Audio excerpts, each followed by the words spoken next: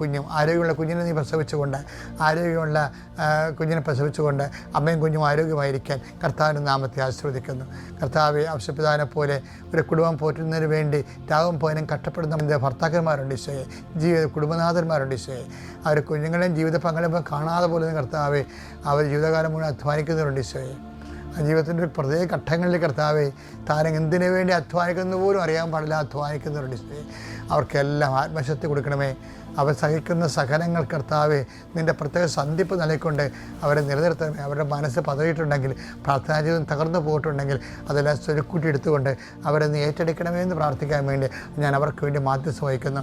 എൻ്റെ കർത്താവിൻ്റെ ഉന്നതമായ നാമത്തിൽ നിൻ്റെ ജോലി, നിൻ്റെ വീട്, നിൻ്റെ വിവാഹം, നിൻ്റെ വഴികൾ, നിൻ്റെ വെളിച്ചമില്ലാത്ത അവസ്ഥകൾ എല്ലാം കർത്താവ് ആശീർവദിക്കുകയും അനുഗ്രഹിക്കുകയും ചെയ്യട്ടെ. നീ എന്ത് കാര്യത്തിന് വേണ്ടിയാണോ ഇന്ന് ഭാരപ്പെടുന്നത്, നീ ആരെ ഓർത്താണ് ഇന്ന് സങ്കടപ്പെടുന്നത്, നീ ആരെ ഓർത്താണ് പിന്നെ പേടിക്കുന്നത്, നീ കർത്താവ് പറഞ്ഞിട്ടുണ്ട്, ഒന്നിനെയും മറ്റം മേടിച്ചാൽ മതി.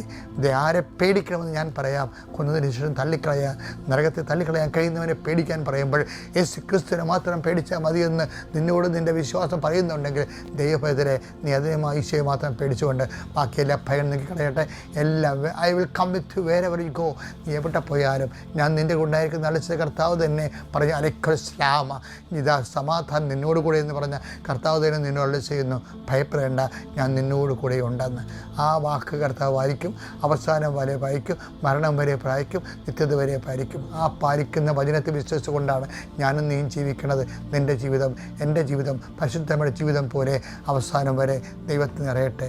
ദൈവത്തെ നിറയാൻ വേണ്ടിയുള്ള ഉപാധികളായി ജീവിത സാഹചര്യങ്ങൾ മനസ്സിലാക്കാനുള്ള വിവേചന ബുദ്ധിയും ആത്മീയ ജ്ഞാനവും കർത്താവ് നിങ്ങൾക്ക് നൽകട്ടെ. നിത്യം പിതാവും പുത്രനും പരിശുദ്ധാത്മാവും സർവ്വശക്തനും നീക്കും. ആമേൻ.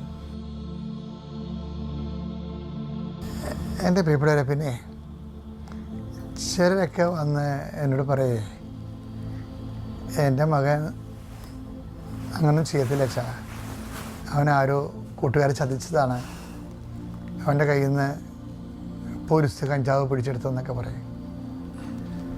ചിലപ്പോൾ അവർ പറഞ്ഞാൽ ശരിയായിരിക്കേ, ചതിച്ച അങ്ങനെ ഒത്തിരി പേര് ചതിച്ചിട്ടുണ്ടല്ലോ. ഞാൻ തന്നെയാണെങ്കിലും പുറത്തൊക്കെ പോകുമ്പോൾ എൻ്റെ ബാഗ് ലോക്ക് ചെയ്താണ് പോകുന്നത്. കാര്യം വല്ല അലമ്പന്മാരും ചിലപ്പോൾ നമ്മുടെ ബാഗിൽ കൊണ്ടൊന്നും എല്ലാം വെച്ചുള്ള അവസ്ഥ എന്തായിരിക്കും. അതൊക്കെ നല്ലതാണ്, ഒരു പ്രിക്കോഷൻസ് റെമഡി എടുക്കുന്നത് നല്ലതാണ്. എങ്കിലും പ്രാർത്ഥനയും ദൈവം തന്നെയാണ്. നമ്മുടെ കണ്ണ് വെട്ടിച്ച് എന്തൊക്കെ സംഭവിക്കാമല്ല, അപ്പം അതിനൊക്കെ സംരക്ഷണം നമുക്ക് വേണ്ടത്, ദൈവത്തിൻ്റെ സംരക്ഷണം വേണ്ടത്. ഞാൻ പറഞ്ഞ ഇതൊന്നുമല്ല. ഞാൻ പറയാൻ ഉദ്ദേശിച്ചതെന്ന് പറയണത്, ഇപ്പം കഞ്ചാവ് കേസിൽ പിടിക്കപ്പെട്ട മകൻ അല്ലേ, അതുപോലെ ചില പറയും, പക്ഷേ ഞങ്ങൾ